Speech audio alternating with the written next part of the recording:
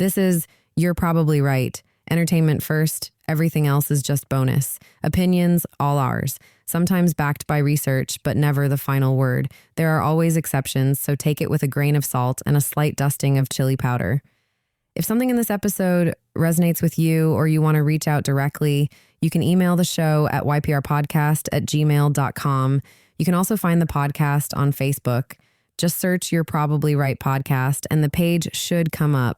And if you are listening somewhere other than Spotify, you can find the show there as well. Just search You're Probably Right and follow the podcast so new episodes show up automatically. All right, let's get into it. Yo, what's going on, y'all? It's MCM, and this is You're Probably Right podcast. Back at it again.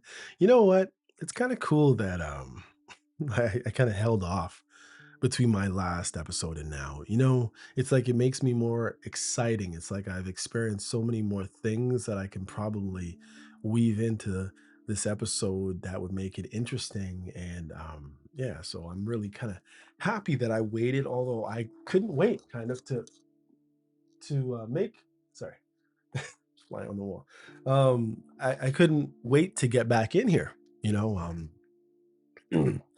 Had some family visiting me, and therefore I put family first, as they say. And I spent some time with a cousin, which is really cool. So I didn't get to record last week. Anyhow, I've learned so much more in this last week, which is also cool. And hopefully I'll be able to tap into some of that wherever I can in this episode. Remember, this episode, like all other episodes, are for entertainment purposes only. Another thing, guys, when I started this podcast, I used to struggle to slow down and really be thoughtful and mindful about things I was saying. And, I'd pause in the wrong places, and I would sometimes veer off into my little stories the wrong way at times. And I believe I've gotten better at that. But that being said, if I'm speaking too slow for you guys, you can always speed up. Like maybe you can do 1.25 or something like that, or maybe even 2, who knows. And you'll get all the information, all my little quips and jokes. And but at your time, right? So if you're a faster listener, go right ahead. But if you're here for the experience, you're here for this amazing personality, then just let it marinate as fast as it normally goes. Yes, I think this is going to be a good one. I'm hoping.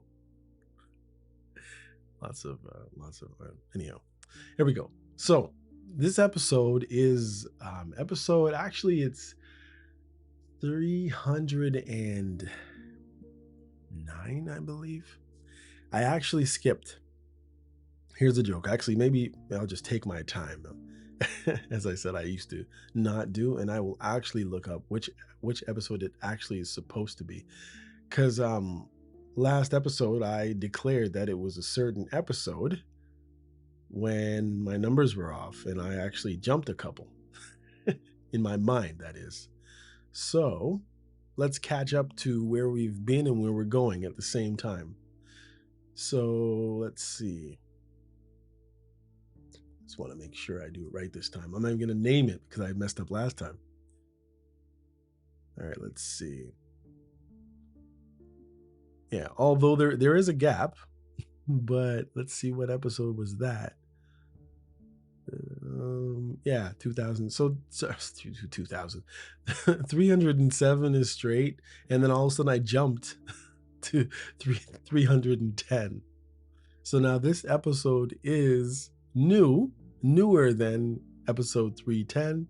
I know I could just change the number, but I already declared it in the episode, so I don't like to do that because my show's evergreen. So it actually makes sense for me just to leave the number where it is because I declared it in the episode, not to confuse things. So this is episode 308. Although I think there's probably like 319 episodes on there, but there's some that are like part 1, part 2, part 3, even though they're long, I just called them parts. So yeah, go figure. So this is episode 308 of You're Probably Right podcast. All right. And remember, this podcast is not a Christian podcast, but it is a podcast made by a Christian. So a lot of my ideas, if they're not my own, are stemming from what I've learned from reading the Bible, being taught the Bible. And yeah, precious Holy Spirit that dwells in all believers. And I'm a believer. So Holy Spirit dwells in me as I am in him.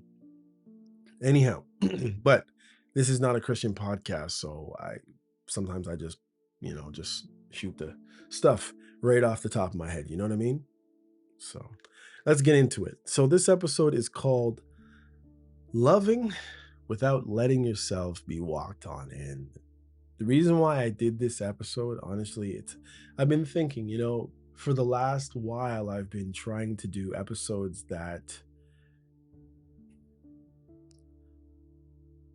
sometimes you're like you're more of a person who is centered and balanced, and sometimes you go off to one side or the other on your attachment style. And so someone might say this is for an anxious person, but my point is that I was making a lot of stuff trying to help anxious people um, decide a new route or a new path on how to be and how to relate to other people, and what you will do for people and what you will allow people to, for lack of a better term, do to you. um but talking to someone of late and seeing the world through their eyes, I've decided to go another route. But listen to this. If this sounds familiar, follow the show so this kind of thinking stays close. There you go. ah, I'm getting better at that. Usually that one scares the heck out of me. um, just because it's in the it's on the file when I'm making the waveform in Adobe Edition, by the way. 26. Ooh, yeah. Um, but I was trying to figure out how to help people who are so supposedly anxious try to be more stoic, fight for themselves more, have more of a backbone, yada yada yada. And then when I sat in it after listening to a few people talk a certain way, those I know and those I don't know, and who are just on, maybe they're influencers or people on social media, whatever it is. And I realized, to be honest, I like the way I am. I don't need to put me first, and I don't need to try to keep people in their place. I can just be me and let people be them. But at the same time, I don't have to necessarily cater to the same type of person. So it would be more knowing,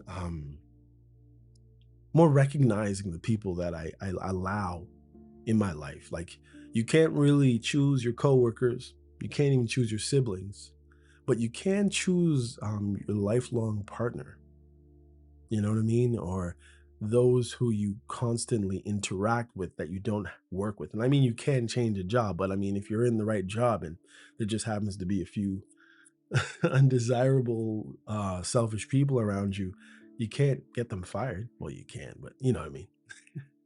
And yeah, I wanted to start this episode by saying something that might already put me at odds with a lot of, modern advice, as they'd say. I do not want to become colder. I do not want to become harder. I do not want to become the kind of person who withholds warmth just to protect myself. I wonder if anybody understands what I mean. I don't want to sit here and make every decision based on me not getting hurt again. You understand? Like, I literally want to be the person that I've been raised to be. And that's being a loving person, a caring person, a giving person. And I don't want to come from, the angle of I'm worried that I'm going to be hurt again. You know what I mean?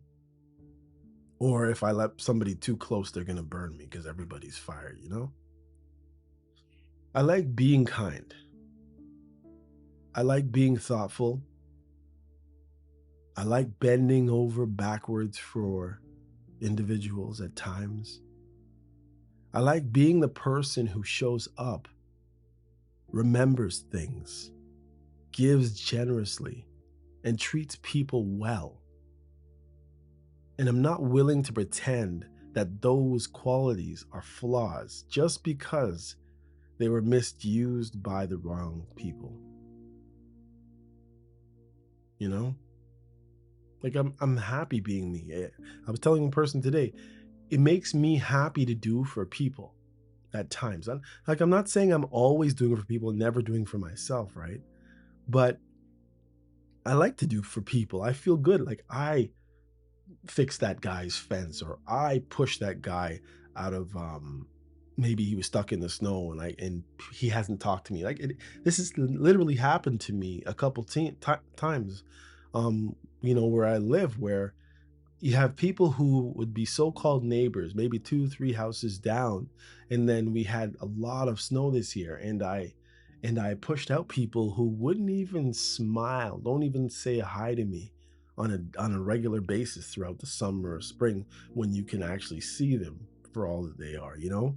And yet when they get stuck in the snow and it's dead of winter in December or January, I'm the first person to walk over and try to help and push them out, you know what I mean?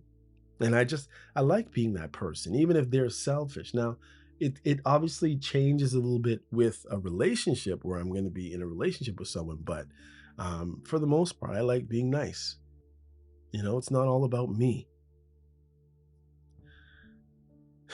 I said, to someone today that there's nothing that I have that I can't give away to somebody.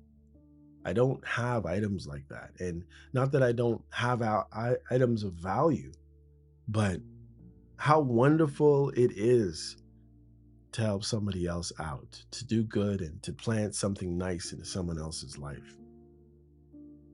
Somewhere along the line, loving deeply started being treated like a mistake. Caring too much became a diagnosis. Giving became something you were supposed to ration, something you're supposed to put boundaries around. And not saying that there shouldn't be boundaries at all, but I'd much rather be a person who is open to freely giving whenever.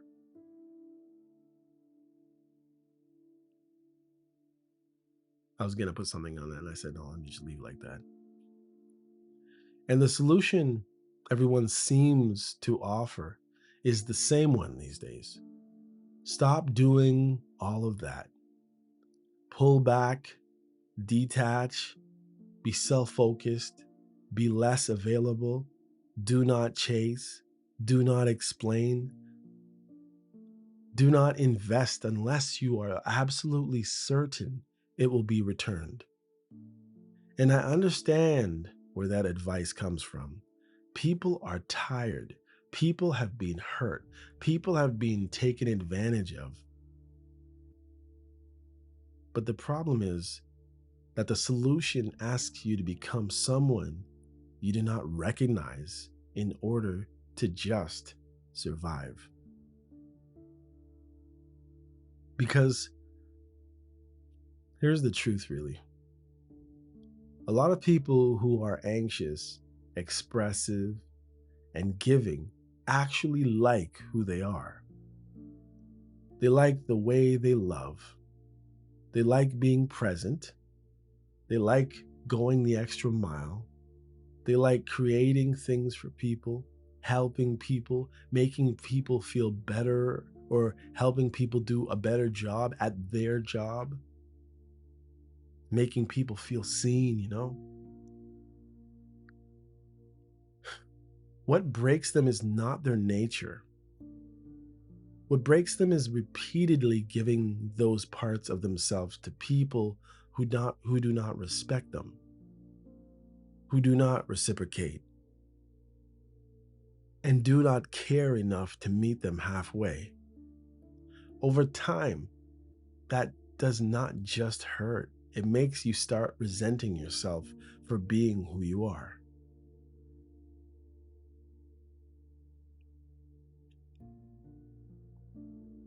So, this episode is not about telling you to stop loving. It's not about becoming stoic or distant or emotionally unavailable. It's about learning how to love without flattening yourself in the process, how to give without becoming a walkable carpet, how to stay warm without being naive, how to keep your character intact while finally admitting that not everyone deserves access to it. If you've ever felt torn between protecting yourself and staying true to who you are, then this conversation is for you. You know, I like being around people. I like giving love. I love being loved. When I heard someone say to me that they're done with all that and they could care less, they just want to live their life and do what they want to do. But I don't know what life is without people. You know, who wants to live without people? You just want to do what you want to do, or you want to what? Like, I didn't really get it when they tried to explain it to me, but maybe they were just tired and they're just a different type of person than I am. And I'll chalk it up as that, as maybe nobody's right or wrong, but personally, nah. And it's not that I spend a lot of time with other people. I would be classified to some as an introvert, although it doesn't seem like that to many people. They don't know my social anxiety. They don't know the many times that I've been totally uncomfortable around other people. They don't know that I'm getting exhausted when I'm in crowded places, just the attention alone and other things that I go through. But I do love people. And I don't think my ultimate goal is just to do what I want and just say, "Hey, people, I'll leave y'all over here. I'm going to be over here." I just can't do it. It's just not in me that way, even though I spend a lot of my time by myself anyways. But I don't think I have it in me to just lift up and just go over here and leave the few people that I do interact with regularly. But I guess some people get fed up. So, what I've noticed is that a lot of people who end up here didn't become this way by accident. Now, I'm talking about people like me, of course. You know, we were raised this way. We're taught to care about people, to work for love. Yeah. To notice others, to help, to be considerate, to sacrifice when it matters. For some people, that came with faith, I believe. For others, from family. For others, from necessity. But either way, being loving and giving wasn't a strategy. It was a value. It was a part of how you understood being decent or being a decent human being in the world. And I find that important because it means this isn't about failing to learn some modern rule of dating or relationships. It's about a collision between who you were taught to be and the kinds of people you keep finding yourself attached to. A lot of conversations lump everything together and say, well, if you keep getting hurt, you must be doing something wrong. And yes, there's responsibility there, but not in a way it usually, I guess, the way people would frame it normally. The mistake wasn't that you cared. The mistake wasn't that you gave. The mistake wasn't that you desired closeness or consistency or reassurance, because I would love those things. The mistake was assuming that everyone operates by the same rules you do. Once you show them who you are, right? Because here's the part that people don't talk about enough, and I know that I say that a lot. Some people respond to generosity with gratitude and reciprocity, which I believe that's the way it's supposed to be. But who am I to say? There's a whole other set of people. Others respond to it with entitlement. Some people feel closer when you move towards them, right? And others feel powerful when you do it, right?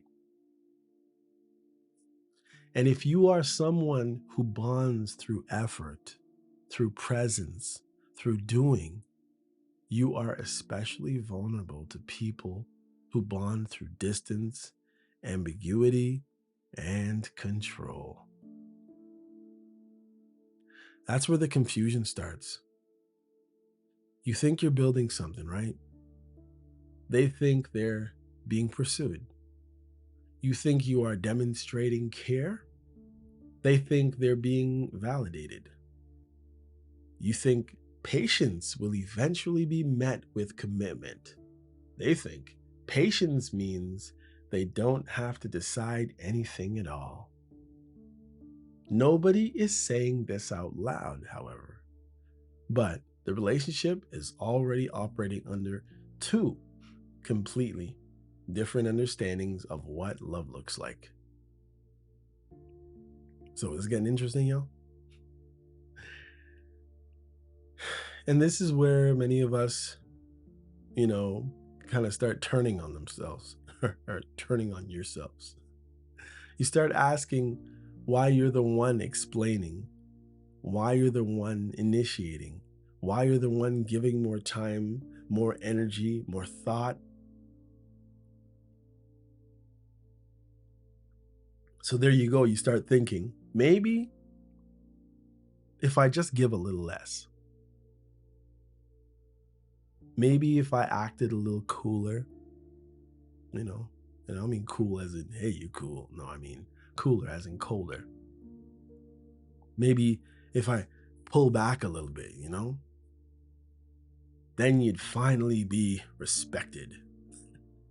So you put that on, right? And that's when the advice to become colder starts sounding tempting, because it promises relief. It promises that if you just shut something down inside of yourself, you won't keep ending up there. But that relief comes with a cost. Yeah. Because every time you try to become less loving to protect yourself, you feel like you're betraying something core about who you really are. Or let's say over time, that creates a different kind of damage. Not heartbreak, though, right? But self contempt. Yeah, self contempt. The feeling that the only way to survive relationships is to abandon your own nature. That's not growth. That's erosion. People tell you it's growth, though. What I think gets missed in most conversations about these things, or about anxious attachment, is that it gets treated like a personality flaw instead of a context problem, as if anxiety exists in a vacuum, as if it just shows up randomly, regardless of who you're dealing with, how they respond, or what kind of emotional environment you're in. And that's not how this works in real life. Most people I know who get labeled anxious, anxious are not anxious everywhere. They're not anxious at work. They're not anxious with friends who show up. They're not anxious with people who communicate clearly and follow through. The anxiety shows up in one specific place. But for some reason, that place seems to matter more than the others. When they're attracted to someone who is inconsistent, distant, unclear, or emotionally unavailable. In other words, the anxiety is a response, not an identity. And that matters because if you misdiagnose the problem, you end up prescribing the wrong solution.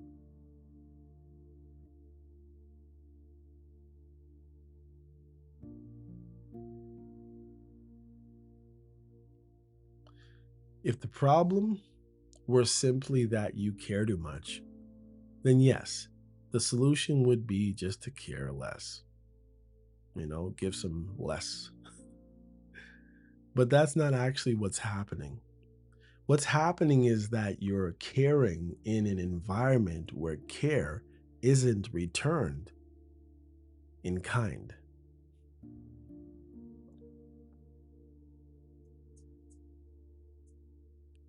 You're investing in something that keeps changing the rules on you. You're responding to mixed signals, silence, pullbacks, and half presence, half stepping. Any nervous system placed in that situation is going to start scanning, questioning, explaining, and trying to stabilize the bond. That's not pathology, that's adaptation. The trouble starts when you internalize the message that you are the problem, that your desire for closeness is excessive, that your need for reassurance is immature, that your willingness to show up, to help, to give, to chase clarity somehow makes you weak or of low value. And once you believe that, you start trying to amputate parts of yourself instead of changing the situation that you're actually in.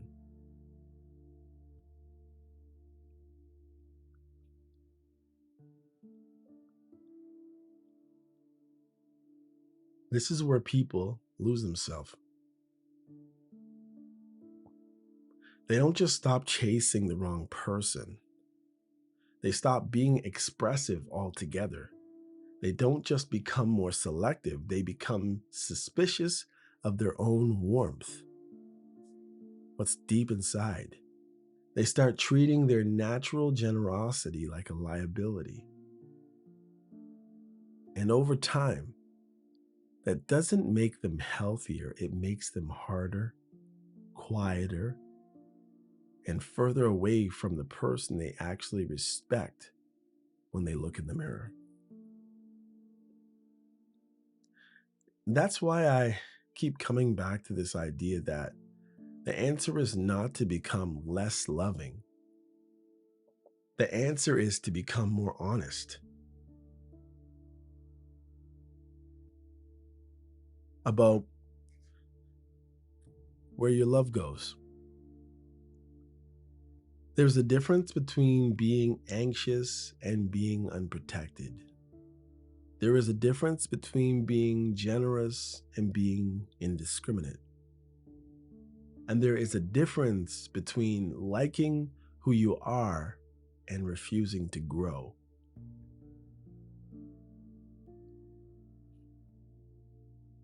You can like who you are and admit that you've been giving your best qualities to people who benefit from them without honoring them.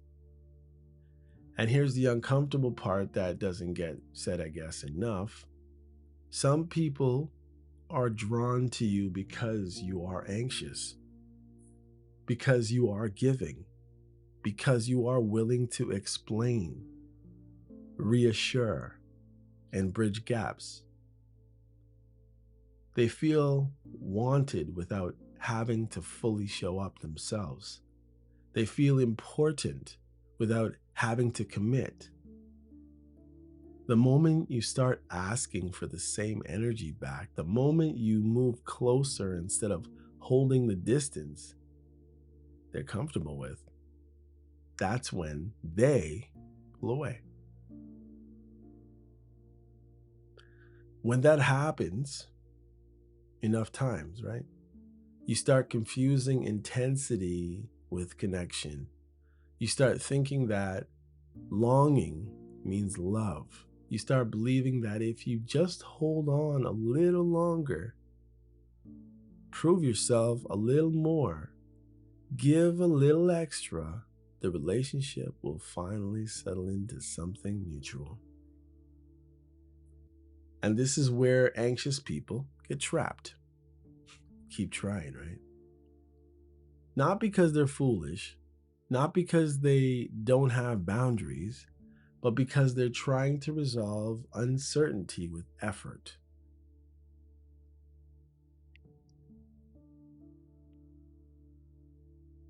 Instead of recognizing that uncertainty is the answer. That doesn't mean you stop loving, though. It means you stop trying to convince people to meet you where they're already shown you that they won't. And I want to be clear about this part of the conversation and who it's for, because it's easy to misunderstand this. This is for people who still worry, could I lose her or could I lose him? For the people who still hope, maybe this isn't broken forever. For the people who replay moments and look at pictures and think, maybe if things line up differently, this could actually work out. The kind of thinking gets, well, this kind of thinking gets mocked nowadays, you know? It gets labeled as weak, delusional, or immature.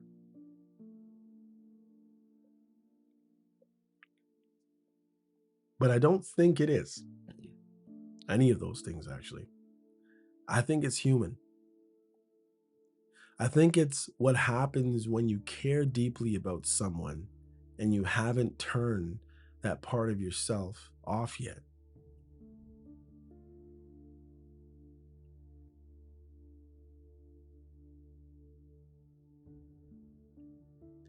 And no, that doesn't mean living in a fantasy. It doesn't mean ignoring reality. It doesn't mean refusing to see patterns or warning signs.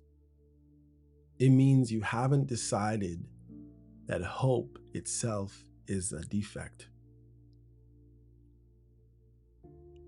Somewhere along the way, we started acting like the only way to survive relationships is to expect nothing, want nothing, and feel nothing too strongly. As if longing is dangerous, as if desiring someone is pathetic, as if hoping things could get better automatically makes you an idiot. I don't buy that. Maybe that makes me an idiot. No. I don't want to live. Listen, I don't want to live life where the price of not getting hurt is never reaching for anyone anymore. I don't want to look back and realize I played everything safe, stayed emotionally neutral. Ooh, that's fun. And called that wisdom. I want to be myself right to the end. Not ignorant, not self loathing, not stuck in pain, but still capable of wanting, still capable of chasing something meaningful, still capable of loving, even when the outcome isn't guaranteed to be exactly how I would like it to be. What do they say? Better to love and lost than to have and lost than never to have loved at all? Why do you think that was said? It was said by somebody who realizes that their virtual heart had been ripped out of their chest, but they still felt something. And those things that they felt was way more valuable to them than just not feeling anything at all like that. Now, that doesn't mean you keep throwing yourself into situations that grind you down into dust. It means you don't let disappointment turn you into someone who treats connection like a liability. Because this is the part that I guess doesn't sit right with me. The version of that man that society keeps suggesting now, detached, unavailable, self first, never pursuing, never expressing need, never risking rejection. That man isn't attractive because he's healthy. He's attractive because he's unreachable. And that's not the same thing. And the version of a woman that's being pushed right now, never leaning in, never desiring openly, never hoping, never chasing love, just protecting yourself or herself at all costs. That doesn't lead to deep connections either. It leads to parallel lives, guarded hearts, and relationships where everyone is waiting for the other person to blink first. I'm over. We're done. Those people, you ever been in a relationship with someone who's just waiting to end the relationship? They'll be like, okay, go then. Huh? I just left my sock on your bed. Anyhow, we've confused caution with maturity. Wanting someone doesn't mean you're weak. Moving towards someone doesn't make you disposable. Hoping things could work out doesn't mean you lack self respect.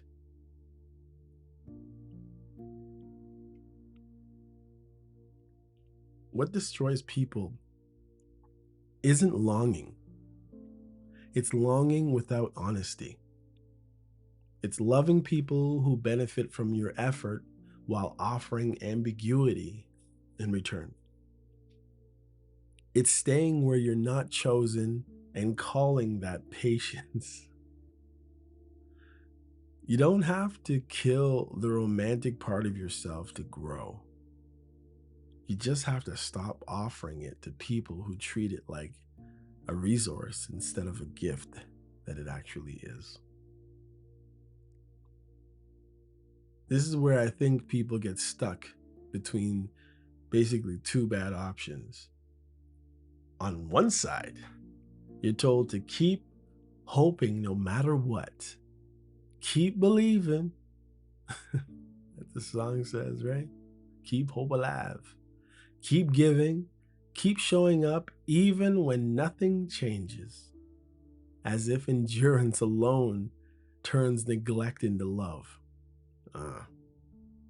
That road leads to bitterness, self betrayal, and eventually resentment towards the very part of yourself that wanted connection in the first place. On the other side, you're told to shut it all down. Stop wanting, stop hoping, stop pursuing. Become so self contained that nobody can ever hurt you again. That road might protect you from disappointment, but it also quietly drains color from your life from your life. You don't get devastated, right? But you don't get moved either. You just become a drone. Neither of those options is what I'm talking about. There's a third position, and it's harder because it requires honesty instead of armor. It's the position where you allow yourself to become, or you allow yourself to want, to hope, to desire, and to move towards somebody, not wait for them to move towards you,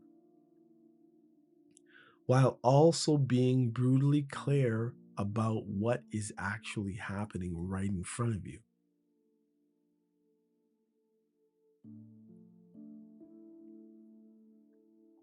Not what you wish was happening, not what could happen if everything lined up perfectly. What is actually happening now, as the show said. Longing becomes dangerous only when it is disconnected from reality. You hear that? Longing becomes dangerous only when it becomes disconnected from reality.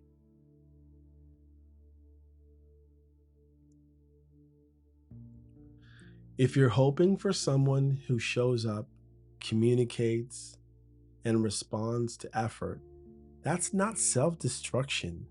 That's normal attachment.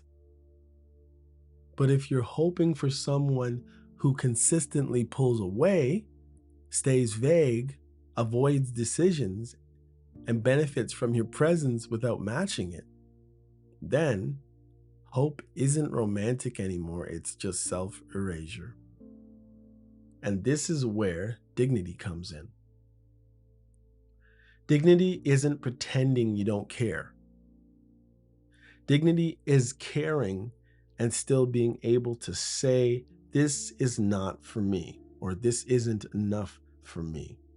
Dignity is allowing yourself to feel the pull and still choosing not to chase someone who only feels alive when they're being chased. That's not becoming cold. That's becoming accurate. You don't have to stop longing. You don't have to stop negotiating with silence. You don't have to stop loving. You have to stop loving people who refuse to meet you in the open. You don't have to harden your heart. You have to stop placing it where it keeps getting stepped on and stomped on, and then blaming the heart for bruising.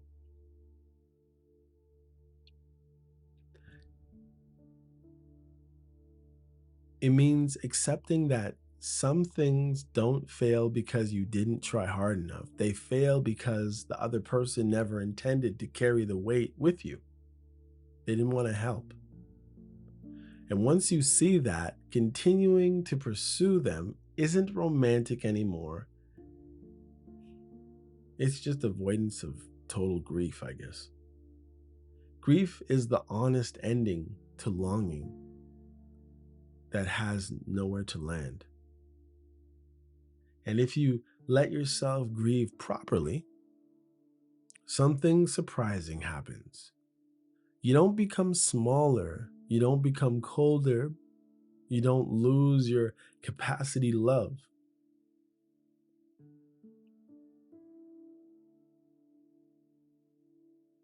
What you lose is the compulsion to prove yourself to people who were never deciding between you and someone else. They were deciding between closeness and control. So, yes, there may still be a version of life where love comes back to you in a way that feels mutual, grounded, and chosen. That possibility doesn't disappear just because you stop chasing the wrong person. In fact, it becomes more likely. Not because you played it cool, not because you became distant, but because you finally stopped offering your best qualities to situations that couldn't receive them in the first place. When giving is not the problem, but timing is.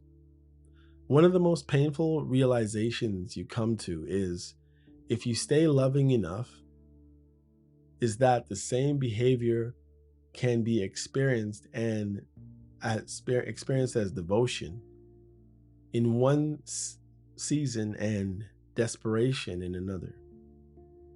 The same act of care that builds trust with one person can quietly erode your dignity with someone else. And that's where people get confused because they start blaming the behavior instead of looking at the timing. Giving is not inherently noble or foolish. It's conceptual. It's contextual. There are moments in life where two people are ready to receive each other. They have space. They have capacity. They're open. Imagine that. They're oriented towards building something together. In those moments, effort lands the way it's supposed to. Care feels welcome, presence feels grounding, love deepens because both people are leaning in and roughly, basically, the same speed.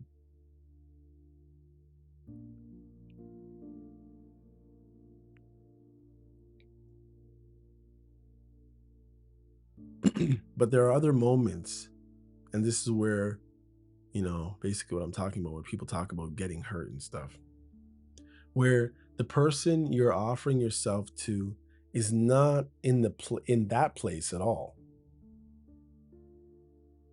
They might be overwhelmed. They might be half out the door already.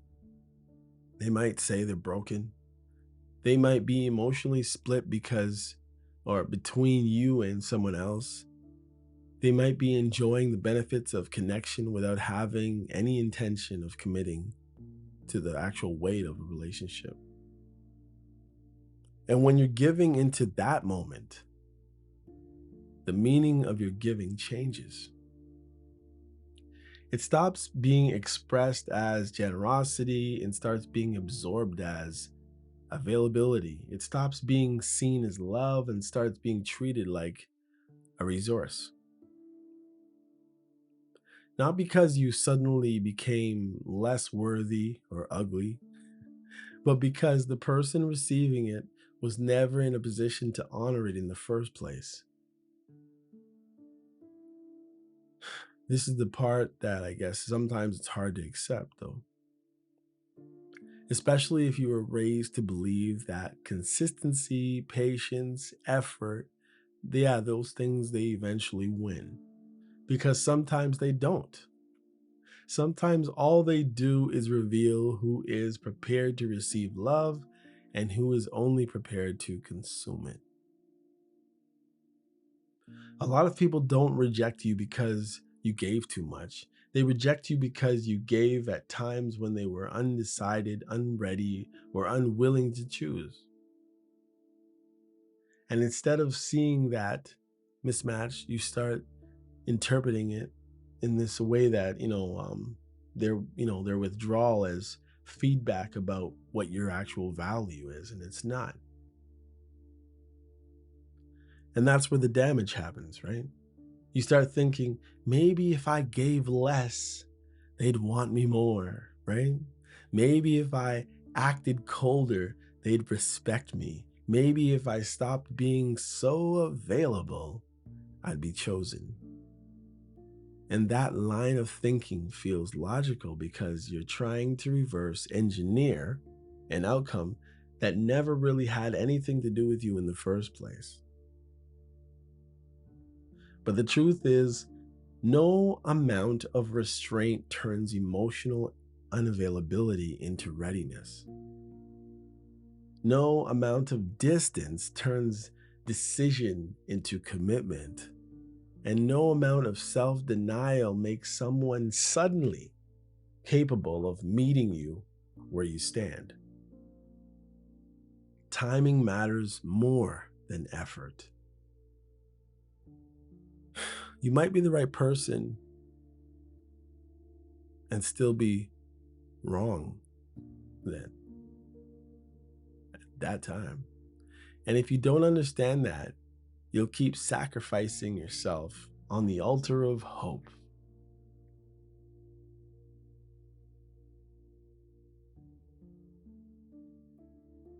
You just start, you just need to endure a little longer for things to change. This is where loving people start confusing loyalty with self abandonment. They stay because they remember who the other person was at the beginning. They stay because they see potential. They stay because they believe relationships are built, not found. And all of that can be true, but none of it applies when only one person is actually building. Effort only compounds when it's matched. Otherwise, it just accumulates resentment. And here's something that people don't talk about a lot. Some people don't experience your giving as pressure because you're demanding. They experience it as pressure because it highlights what they're not willing to give back. Your consistency exposes their inconsistency. Your presence exposes their ambivalence. Your clarity exposes their avoidance. So instead of rising to meet you, they retreat.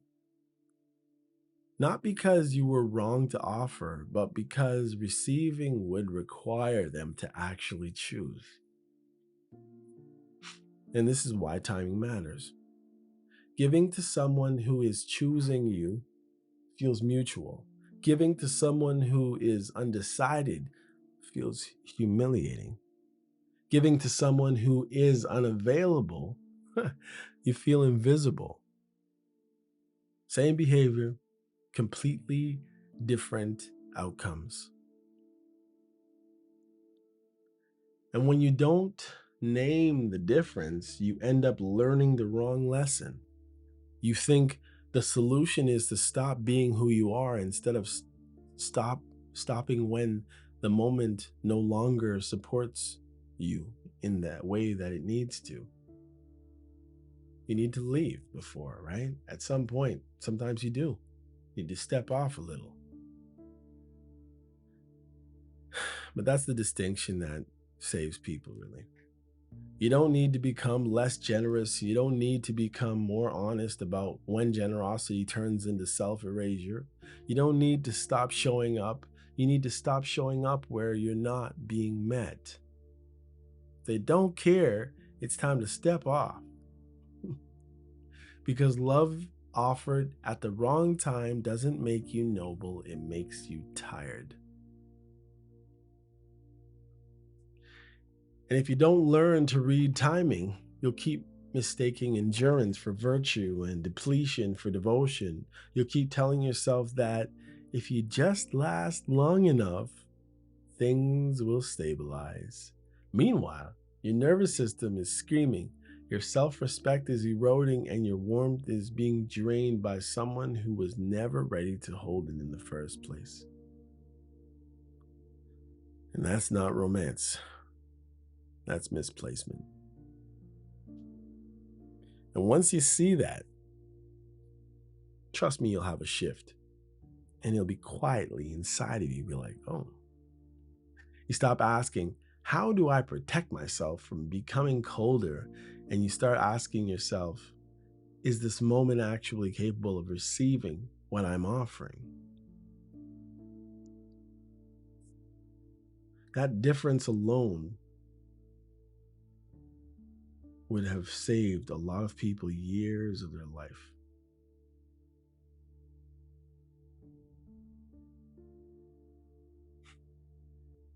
Why anxious people are often right about what they feel. Oh, Imagine that. One of the quiet injustices anxious people live with is that their perception gets dismissed before they are examined. They're told they're overthinking, they're told they're protecting, they're told they're reading into things that weren't there in the first place. And sometimes, yes, anxiety can distort things, but far more often than people want to admit, anxiety doesn't angst. Yeah. Anxiety doesn't invent problems. It notices them early. Anxious people tend to be highly attuned. Yeah. Attuned to relational shifts. They notice change in tone. They notice gasps in response. They notice when effort drops just slightly because they're checking for it. And when warmth cools just enough to be felt, but not enough to be obvious.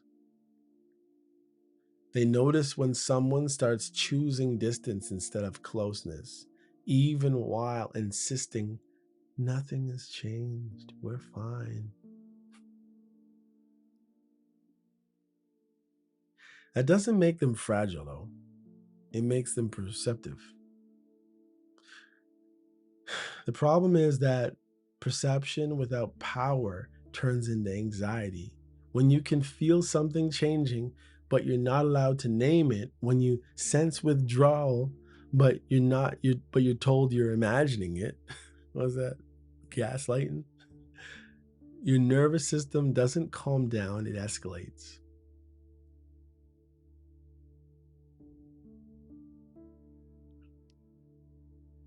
It looks for more data. It replays conversation.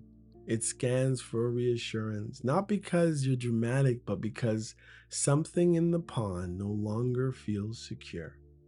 And instead of asking, what is this person responding to? You start asking, what is wrong with me? That's how anxious people get drained to distrust themselves. Over time, you learn that voicing concerns lead to defensiveness, that asking for clarity leads to vagueness, that expressing your hurt leads to minim- minimization. Minima. So you keep it in, or you keep in it. You soften, you delay it. You tell yourself, you'll bring it up later when you have more proof. Meanwhile, your body already knows what your mind hasn't fully accepted yet. Something is off. Anxious people are often not wrong about what they feel. They're wrong about what to do with it. Instead of using anxiety as information, they treat it as an emergency to work harder, right? They try to resolve it with effort, more communication, more explanation, more reassurance, more gifts, more presence, both. And the tragedy is that this often pushes them further away from the very thing they want. Not because caring is wrong, but because they're trying to stabilize something that the other person is actively destabilizing. There's a difference between anxiety that arrives from internal insecurity and anxiety that arises from external inconsistency. One can be worked on internally, the other requires a change in a relationship and not a mindset.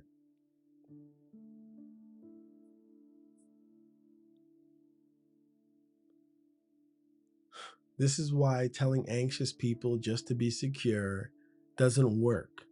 Security isn't a posture you adopt in isolation. It is co created. It emerges when there's reliability, responsiveness, and emotional availability. You can't medicate your way into feeling safe with someone who keeps one foot out the door, right?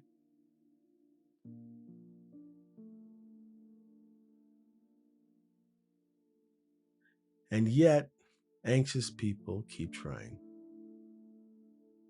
They keep interpreting the other person's withdrawal as testing they need to pass. They assume if they just regulate better, love will finally arrive. But love doesn't come from perfect emotional management, it comes from mutual willingness. Anxiety becomes destructive when it is ignored or invalidated. But when it's listened to carefully, without panic, it often tells the truth before your rational mind catches up.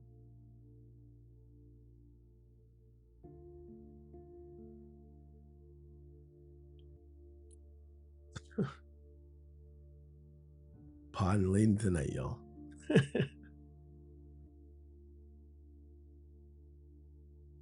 Listen, it tells you when you're investing in potential instead of reality. It tells you when you're explaining yourself to someone who isn't listening. It tells you when you're waiting for a version of someone that only exists in your hope. Anxious people don't need to silence that voice. They need to slow it down and ask better questions and be honest when they have to answer them.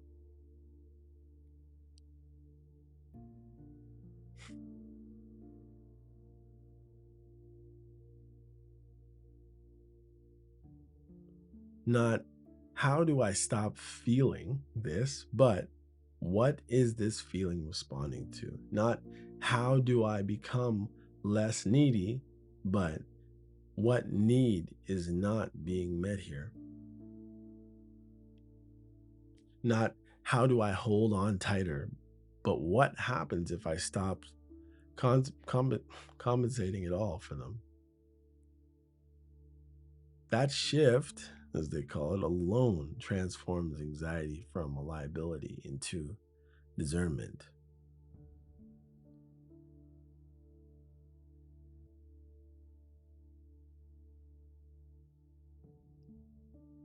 And this is where a lot of people, especially anxious people, reclaim themselves. They realize that they weren't too much. They were just too present for someone who prefers distance. They weren't irrational. They were responding to inconsistency. They weren't weak. They were trying to build something all by themselves. Once you see that, you stop apologizing for your awareness. You stop gaslighting yourself into silence. You stop explaining away behavior that keeps hurting you under the banner of understanding. You don't become cold, you just become accurate.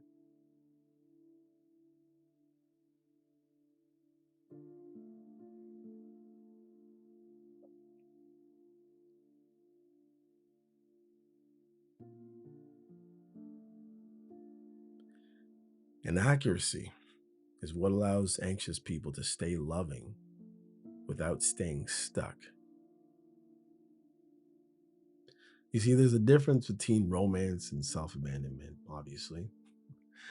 This is where things get a little bit uncomfortable for some, I would say, because this is where we all have to accept two things that feel the same a lot of the time, or they feel similar on the surface, but are actually completely different underneath. Romance and self abandonment can look identical for a long time. They both involve effort, they both involve longing, they both involve patience, they both involve staying when when when it would be easier to leave. And if you are someone who loves deeply, the line between the two can blur without you even noticing. Romance is choosing someone while still choosing yourself. Self abandonment is choosing someone by slowly unchoosing yourself. The problem is that no one teaches you how to tell the difference while you are inside of it. Romance feels like leaning forward together, even when it is hard, even when there is uncertainty, there is still a sense of movement. There is reciprocity, even if it is imperfect. There is effort on both sides, even if it looks different. You feel tired sometimes, but you do not feel erased. Self abandonment feels like waiting for clarity, waiting for effort, waiting for waiting for consistency, waiting for someone to decide whether you matter enough to choose fully. And while you are waiting, right, you keep adjusting yourself to make the waiting more tolerable. You lower expectations, you soften requests, you explain more carefully, you ask for less so you don't so you don't scare them away. That's not romance, that's survival. A lot of people confuse suffering with depth. They think intensity of longing means that connection is real. They think that pain proves how much they care. But the pain alone does not mean something is meaningful. Pain just means something is unresolved. Romance has friction, but it also has relief. Self abandonment has friction, but there's no relief, no release.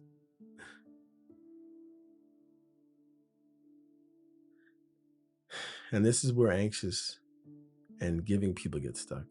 They tell themselves that staying is virtuous, that patience is love because it's a virtue, right?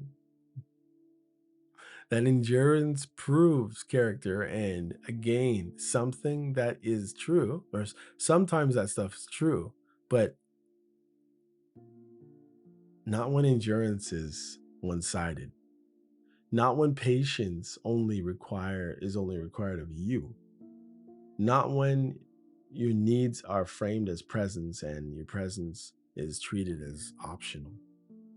Self abandonment begins the moment you start betraying your own perception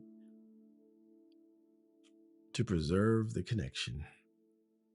When you feel something is wrong and you'll tell yourself it is fine. When you feel unseen and you convince yourself you are asking for too much. When you feel lonely in a relationship and you decide that loneliness is the price of loving deeply. This is not romantic maturity. That's just you shrinking.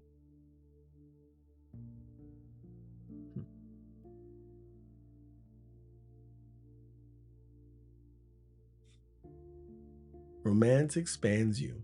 Even when it challenges you, it invites more of you into the room. Self abandonment narrows you.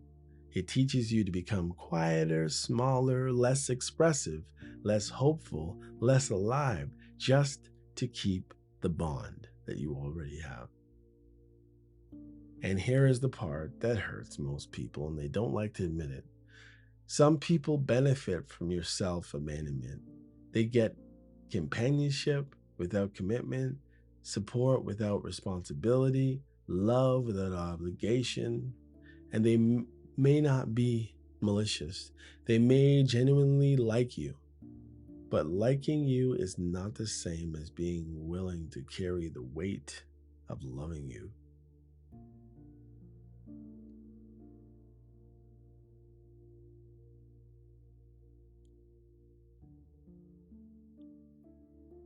So you stay, hoping that if they see how much you are willing to give, they will finally rise to meet you. But what often happens instead is that your willingness becomes the reason they don't have to. It's a trap. Romance invites mutual risk. Self abandonment absorbs all that risk on you. Romance allows you to stay or allows you to say, "This hurts," and be met with care. Self abandonment teaches you to hide the hurt so the relationship can survive.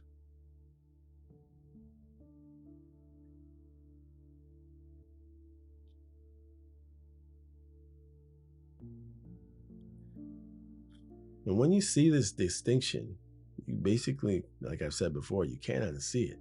You start recognizing the moments where you were no longer choosing you and you're just sitting there enduring everything. Where you are no longer hoping together, you are hoping alone. Where you are no longer loving freely, you are bargaining quietly. This is not about blame, it's about clarity. You can become romantic without sacrificing your dignity. You can desire someone without dissolving yourself. You can pursue love without treating yourself as an expendable in the process.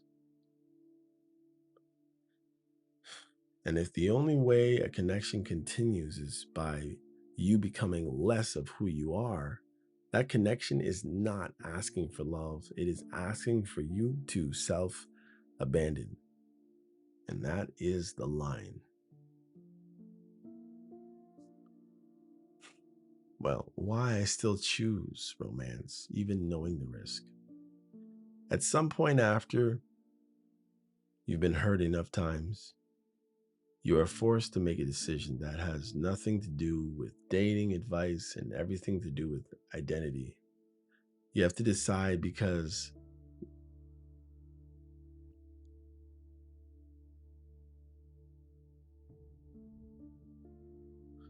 you're not naive.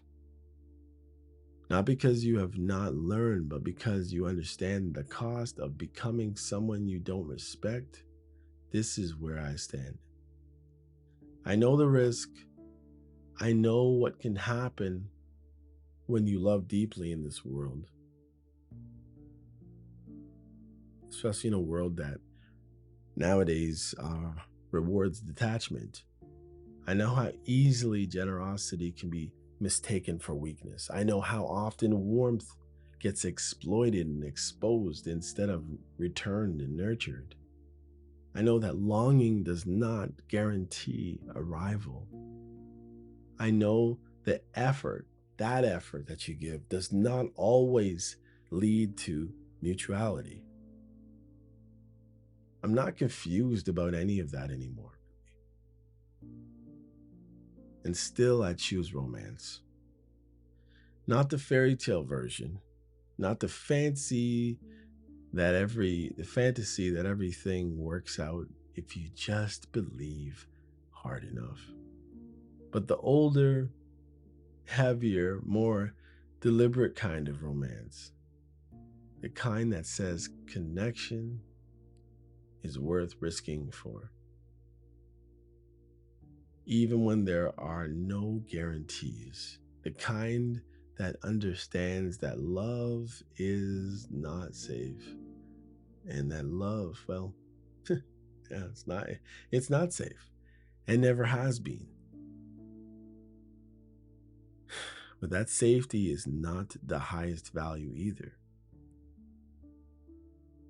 Because here's the part we don't like to talk about. When you abandon romance entirely, you do not become free, you become guarded. You do not become wise, you become narrow. You might avoid a heart attack. Oh, sorry. You might you might avoid a heartbreak, but you also avoid depth. You might protect yourself from disappointment, but you also protect yourself from being moved by anything.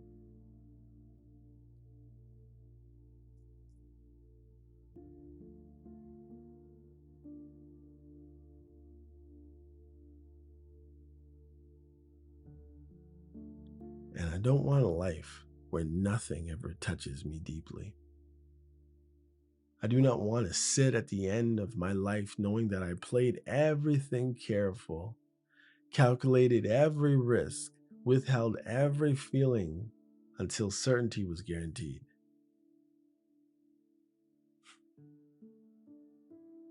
And they call that maturity.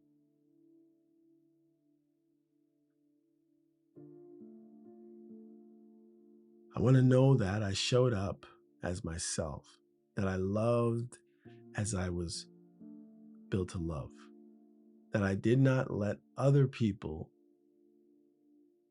or other people's inability to meet me turn me into something smaller.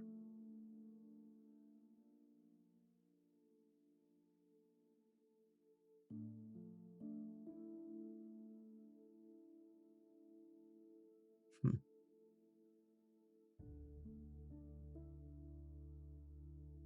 Yeah, I do not want to sit at the end of my life knowing that I played everything carefully, calculated every risk, withheld every feeling until certainty was guaranteed, and call that, as they say, maturity.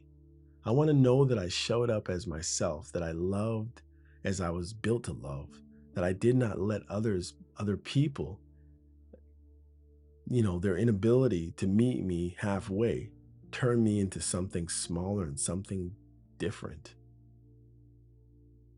And I mean, it doesn't mean I'm going to chase what hurts me. It doesn't mean I repeat the same story endlessly. That doesn't mean I confuse longing with destiny. Mama, look from where you call me. It means I accept that love, real love, requires exposure. There is a version of modern thinking that treats vulnerability like a flaw to be engineered out of a human being, as if the ideal person is perfectly self contained, perfectly self regulating, perfectly independent, and never needing too much, never leaning too hard, never risking rejection. But that person is not emotionally involved. They are emotionally insulted. No, they're emotionally insulated. And insulation is not intimacy, guys. Even though you're safe to some extent, the truth is, anyone who has ever built something meaningful with another person took a risk. They leaned forward without certainty, didn't know if they're going to get their hand slapped or their face slapped. They hoped without proof. They chased and chose before there was a guarantee that someone on the other side was available. That's not weakness. That is the price of entry. You gotta pay the price, pay the cost to be the boss. What separates romance from recklessness is not the absence of risk, it is discernment about where the risk is placed.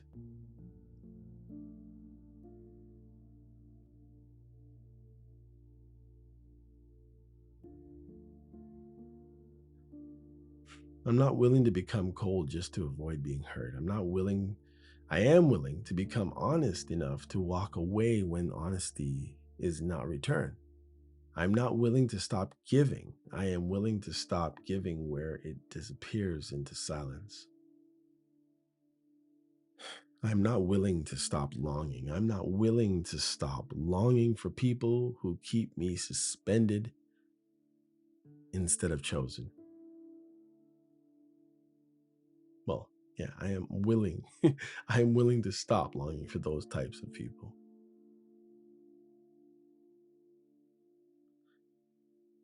And that's not resignation. That's basically just becoming a little more refined. Here, let me fix something here. I don't want to rush it at the end here.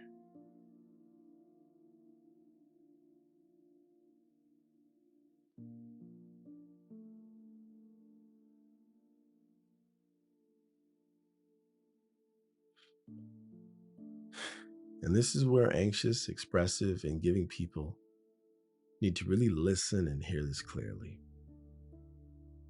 You do not need to become avoidant to be safe.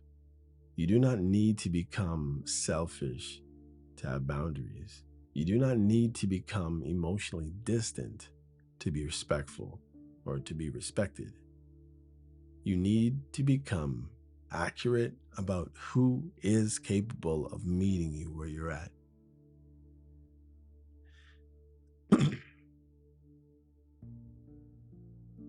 Because there are people in this world who will recognize your warmth as an invitation, not as entitlement. There are people who will respond to effort without, or actually with effort. There are people who will not just feel suffocated by your presence, but steadied by it. And you will never find them if you decide in advance that the cost of disappointment is too high to risk connection at all.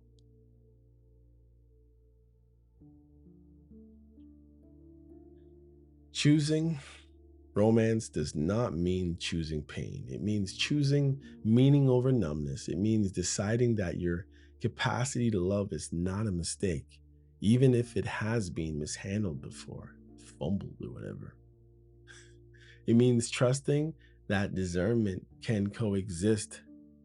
Trusting that, discernment can coexist with hope at the same time. Yeah. That boundaries can coexist with desire. That self-respect does not require emotional exile. And yes, there is a chance it will not come back the way you want it to or need it to. There is a chance you will give again and lose again. There is a chance you will hope and be disappointed. That risk never disappears. But there is also a chance that you will be met fully, cleanly, without games, without ambiguity. Sorry, I just fly. Without having to perform or shrink or bargain. That chance does not belong to people who decide in advance that they're done feeling or done with their feelings. I would rather live as someone who loved and learned that someone who protected than someone who protected themselves into emotional sterility. I would rather risk longing than guaranteed emptiness. I would rather refine my aim than amputate my heart. I need that. That is not denial, that's choice. And if that means some people walk away because I will not become colder, if that means that every now and then my toes get stepped on, so be it.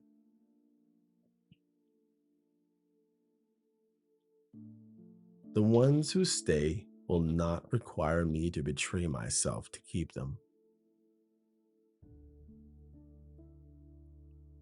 That is the kind of ending I am willing to live and hope for.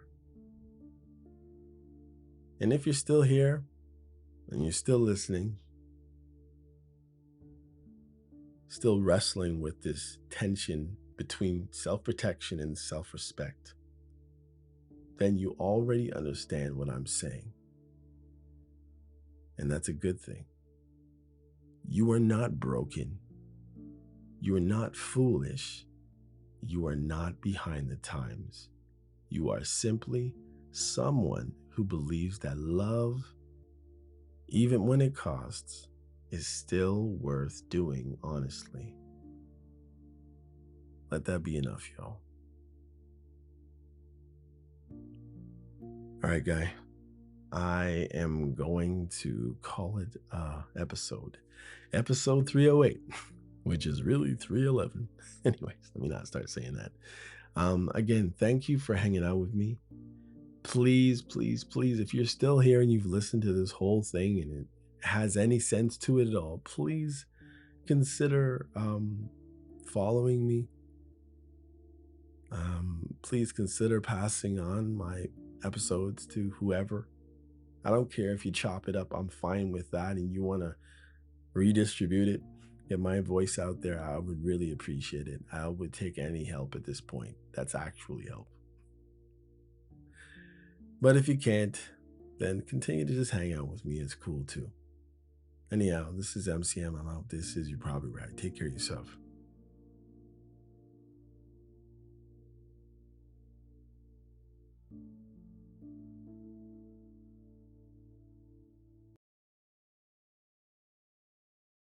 Hey, come check out You're Probably Right podcast. Society is getting more unpredictable every day, but at the same time, predictable in its unpredictability. Say that 4 times real fast. Come with me as I attempt to find clarity in all the fog while staying way outside the box and kicking the box way down the road with my size 12 ducks. I use the Bible, experience, education, fortune, misfortune, life's lessons, life's mistakes to sort through all the mess. I talk about news, God, God, self-help, sports, sickness, health, music, parenting, love, humbleness, hurt, pain, joy, and all the things that might make you say, I never thought of it that way. Hopefully, anyway. Also, I take a stab at answering tough and not so tough questions, and all the while understand that, listen, sometimes you end up in the hot seat and there's no thermostat. Well, that's how it is here. And because there's no topic, very few topics off the table, Torontonians will understand that Doug Ford reference there. Hopefully the podcast will be helpful and uplifting. And hey, maybe you'll find your own private Idaho here somewhere. Hope to see you soon. Ooh, yeah.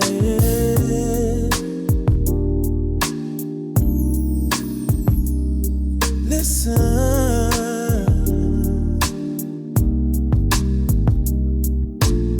It's getting late and I'm still wide awake, staring at the ceiling, thinking about the space you take.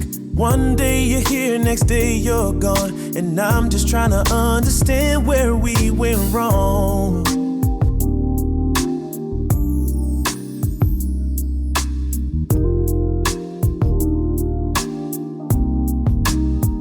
You only love me in the middle of the night.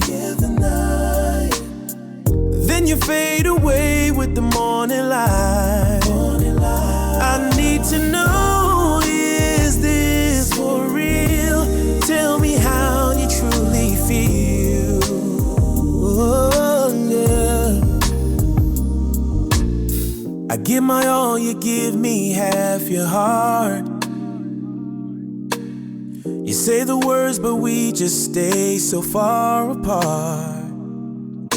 These mixed signals are tearing me down, lost in the silence when you're not around.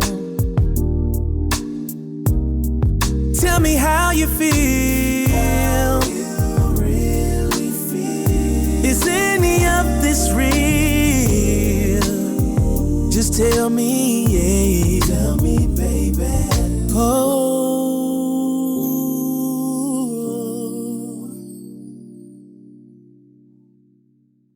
You only love me in the middle of the night. Then you fade away with the morning light. I need to know, is this for real? Tell me how you truly feel.